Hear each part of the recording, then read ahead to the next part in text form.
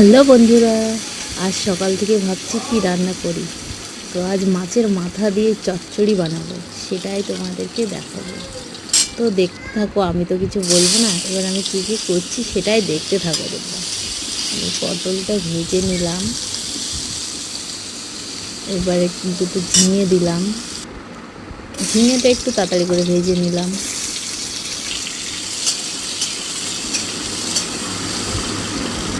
এবারে দিয়ে দিয়েছি মিষ্টি কুমড়ো,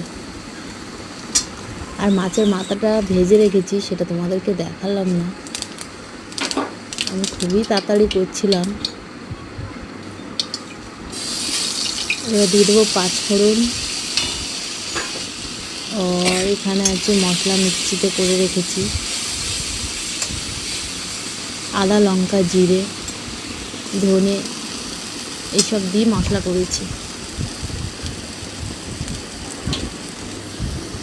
আমি মশলাটা একটু নেড়ে চেড়ে ভেজে নিয়েছি। এবার লবণ দিয়ে দিলাম, এবার দিয়ে দিলাম হলুদ, আবার একটু নেড়ে নিলাম।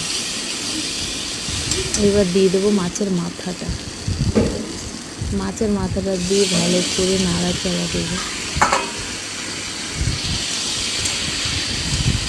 মাছের মাথাটা দিয়ে ভাজা হয়ে গেছে, সবজিগুলো দিয়ে দিলাম।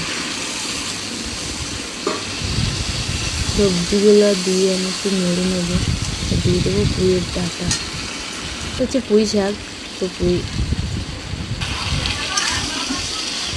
আমি এগুলো দিয়ে ভালো করে নিয়ে নিই। তোমরা হয়তো ভাবছো পুঁই শাকটা কেন ভাজলাম না।